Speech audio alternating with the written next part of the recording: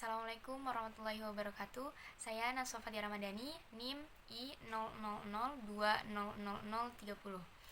Saya dari kelas 5 BAFAI. Di sini saya akan menyampaikan kultum tentang judul Tauhid dan Syirik. Bismillahirrahmanirrahim. Innal hamdalillah nahmaduhu wa nasta'inuhu wa nastaghfiruh wa na'udzubillahi min syururi anfusina wa min sayyiati a'malina may yahdihillahu fala mudilla lahu wa may yudhlilhu fala hadiyalah.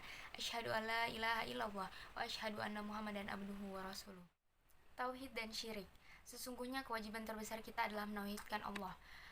Karena tujuan menauhidkan Allah lah langit yang 7 lapis ini ditegakkan, bumi dihamparkan, diciptakannya hari kiamat, manusia dijadikan 2 kelompok, kelompok yang menghuni syurga dan kelompok yang menghuni neraka. Semua itu ditetapkan atas tujuan menegakkan kalimat tauhid, la ilaha illallah. Allah Ta'ala berfirman, ya ayuhan nasu budu rabbakum. Hai manusia, sembahlah Tuhanmu yang telah menciptakanmu. Al-Quran Surah Al-Baqarah ayat 21. Diriwayatkan dari Ibnu Hatim dari Abdullah bin Abbas, ia berkata, tauhidkanlah yang menciptakan kalian. Allah Subhanahu wa taala berfirman, dan aku tidak menciptakan jin dan manusia melainkan supaya mereka mengabdi kepadaku. Aku tidak menghendaki rezeki sedikit pun dari mereka, dan aku tidak menghendaki supaya mereka memberiku makan. Sesungguhnya Allah dialah Maha Pemberi rezeki yang mempunyai kekuatan lagi sangat kokoh. Jadi, sebesar-besar kewajiban adalah menauhidkan Allah. Karena itulah Allah memulai hal itu dalam firman-Nya. Dan Tuhanmu telah memerintahkan supaya kamu jangan menyembah selain Dia, dan hendaklah kamu berbuat baik pada ibu bapakmu dengan sebaik-baiknya. Quran Surah Al-Isra ayat 23. Dan sebesar-besar yang dilarang oleh Allah adalah kebalikan dari tauhid, yaitu syirik. Sebesar-besar tipu daya setan dan waswas yang dihembuskan kepada orang-orang yang bertauhid adalah bahwa mereka tidak butuh mempelajari tauhid dan mengkajinya. Mereka ingin menyetir mereka dari sisi ini, hingga setan-setan itu mendatangi mereka dari jalan yang tak mereka sangka-sangka. Bagaimana bisa seorang yang bertauhid merasa aman dari kesyirikan, sementara kekasih Allah sendiri, Nabi Ibrahim alaihissalam, berkata, dan jauhkanlah aku beserta anak cucuku dari menyembah berhala-berhala. Diriwayatkan dari Ibnu Jarir bahwa Ibrahim At-Taimi rahimakumullah berkata, siapa yang bisa merasa aman dari kesyirikan kalau Ibrahim saja tidak? Allah Ta'ala berfirman kepada Nabi kita Muhammad SAW, maka ketahuilah bahwa sesungguhnya tidak ada ilah sesembahan Tuhan selain Allah dan mohonlah ampun bagi dosamu. Sesungguhnya yang paling dikhawatirkan akan menimpa kalian adalah syirik asghar. Para sahabat bertanya, apa itu syirik asghar wahai Rasulullah? Beliau bersabda, syirik asghar adalah riya. Jika kita telah mengetahui yang demikian, kita seharusnya sadar bahwa mempelajari tauhid adalah kebutuhan yang sangat penting. Mengingatkannya di tengah masyarakat adalah suatu yang penting. Seberapa hebat kesolehan masyarakat itu, apalagi di tengah masyarakat awam. Ada beberapa hal yang dapat membantu masyarakat dalam mengenal tauhid dan syirik.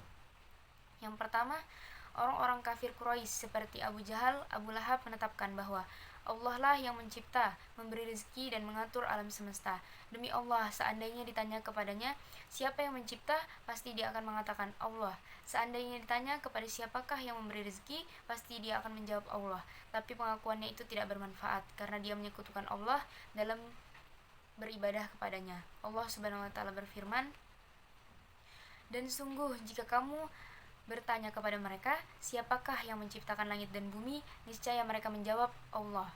Di sini kita mengetahui inilah realita masyarakat jahiliyah. Kita mengetahui bahwa kalimat tauhid la ilaha illallah tidak cukup hanya meyakini bahwa Allah itu mencipta, memberi rezeki dan mengatur alam semesta. Kalau maknanya hanya sebatas ini, maka orang-orang Quraisy jahiliyah dulu tidak membutuhkan diutusnya seorang rasul. Tapi ketika diserukan kalimat la ilaha illallah, mereka merespon dengan menentang sebagai firman Allah Ta'ala. Mengapa ia menjadikan Tuhan-Tuhan itu Tuhan yang satu saja? Sesungguhnya ini benar-benar suatu hal yang sangat mengherankan. Artinya, kalimat tauhid ini mengharuskan seseorang mengikrarkan tidak ada sesembahan yang benar kecuali Allah. Sesembahan selain Allah adalah batil, karena sesembahan batil, agamanya pun bukanlah agama yang benar.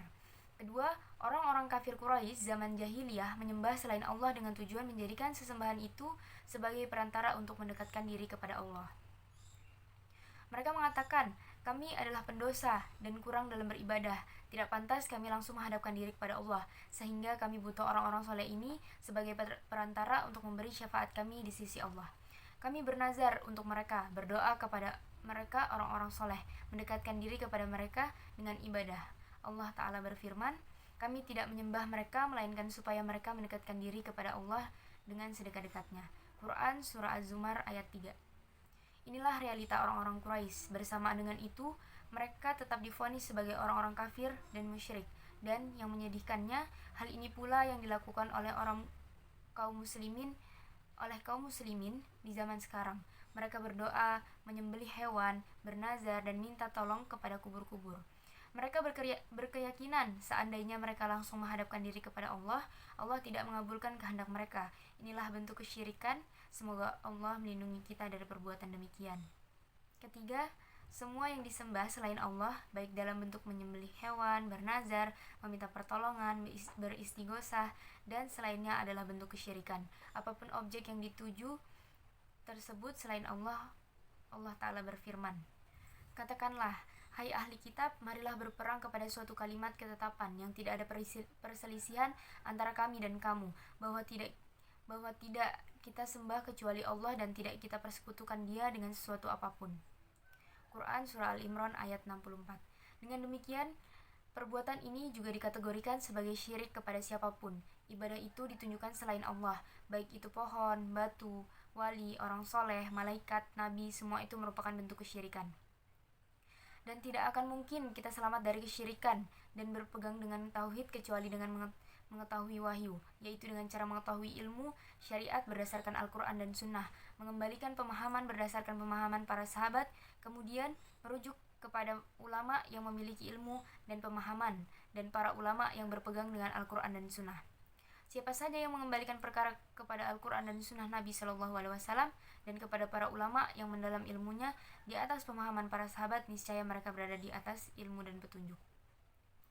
Tauhid itu diwajibkan kepada setiap muslim, karena yang meninggalkan tauhid, ia menjadi kafir. Marilah kaum muslimin mempelajari tauhid, tidak sepantasnya kita meremehkan pelajaran tauhid. Sementara Allah Ta'ala berfirman kepada Nabi Muhammad SAW, maka ketahuilah bahwa sesungguhnya tidak ada ilah sesembahan Tuhan selain Allah dan mohon ampunlah bagi dosamu. Saudara sekalian, seiman, wajib kita mempelajari agama Allah ini, terlebih permasalahan-permasalahan yang diwajibkan untuk individu. Lebih lagi dalam permasalahan menauhidkan Allah Subhanahu wa Ta'ala. Siapa yang Allah inginkan kebaikan, maka Allah pahamkan dia agama. Dan diriwayatkan oleh Muslim dari Abu Hurairah radhiyallahu anhu, Nabi SAW bersabda, siapa yang menempuh jalan untuk mendapatkan ilmu, maka Allah akan mudahkan jalannya menuju syurga.